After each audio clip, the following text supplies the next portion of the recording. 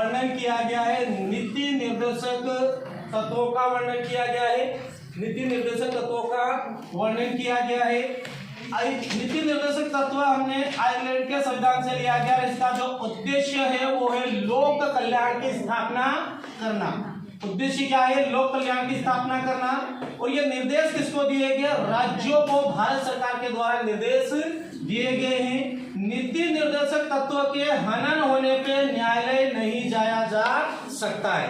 ये सबसे बड़ा फैक्टर रखना। अंतर जो मौलिक अधिकार और नीति निर्देशक तत्व में सबसे बड़ा, यदि कोई अंतर आपसे पूछे तो सबसे बड़ा डिफरेंस ये है कि मौलिक अधिकारों के हनन होने पे न्यायालय जा सकते हैं, जबकि नीति निर्देशक तत्वों के हनन होने पे न्यायालय नहीं जाया जा सकता है। आप कोर्ट में इसे क्लेम नहीं कर सकते हो। ठीक है, इसमें 42वां संविधान संशोधन अधिनियम 1976 हुआ था। ठीक है, अनुच्छेद आपका इसमें 36 में लिखा गया है, राज्य की परिभाषा लिखी गई है। और अनुच्छेद 37 में लिखा गया नीति निर्देशक तत्वों के हनन होने पे न्यायालय नहीं जा सकते हो। ठीक है, अनुच्छेद 38 में दिया गया लोक कल्याण का वर्णन किया गया है।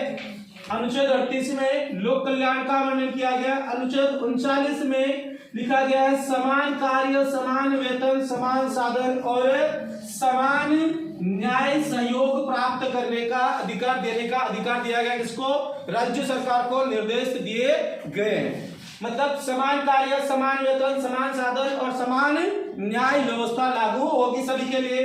अनुच्छेद 40 में ग्राम पंचायतों के बारे में वर्णन किया गया है। 41 में कुछ दशाओं में लोक सहायता पाने का अधिकार है। कुछ दशाओं में लोक सहयोग पाने का अधिकार है। इसी के तहत दी जाती है पेंशन।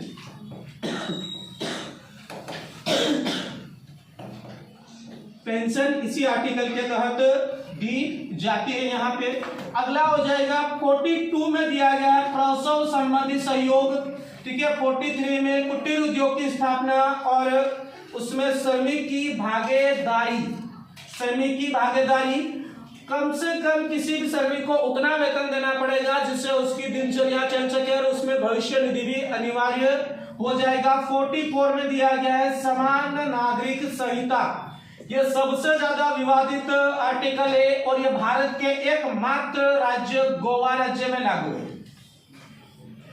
45 में दिया गया 0 से 6 वर्ष के बच्चे को निःशुल्क शिक्षा प्रदान करने का अधिकार दिया गया है। 46 में एसटी में शिक्षा संबंधी सहयोग, स्कॉलरशिप वगैरह ये मिलती है इसमें। ठीक है, अनुच्छेद 47 में दिया गया पोषण आहार। इसमें लिखा गया है कि राज्य का कोई भी नागरिक भूखा ना सोए।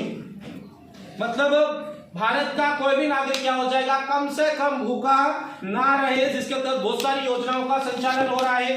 अनुच्छेद 48 में लिखा गया है पर्यावरण संरक्षण। अनुच्छेद 48 में लिखा गया है पर्यावरण संरक्षण और पर्यावरण के इसके अंतर्गत बात करेंगे तो इसमें लिखा गया है कृषि। कृषि इसी में आ जाएगी। वन भी इसी के अंतर्गत आ जाएगा। पशुपालन, वन पशुपालन और इसी में ही लिखा गया है गो हत्या पर प्रतिबंध, है ना। गो हत्या पर प्रतिबंध भी किसके तहत किया गया है? आर्टिकल 48 के तहत। आप किसी भी जीव की हत्या नहीं कर सकते हो बिना किसी कारण से।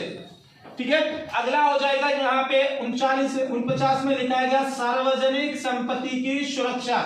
मतलब जो सार्वजनिक संपत्ति है उसकी सुरक्षा करने का देश के हर नागरिक को है। अनुच्छेद 50 में लिखा गया न्यायपालिका तथा कार्यपालिका का पृथक्करण। न्यायपालिका अलग होगी और कार्यपालिका भी अलग होगी। 51 में अंतरराष्ट्रीय शांति के बारे में बात की गई। देश कामना करता है कि देश का हर नागरिक अंतरराष्ट्रीय शांति बनाए रखने में सहयोग करेगा। ठीक है, थैंक यू सो मच, मिलते हैं कल।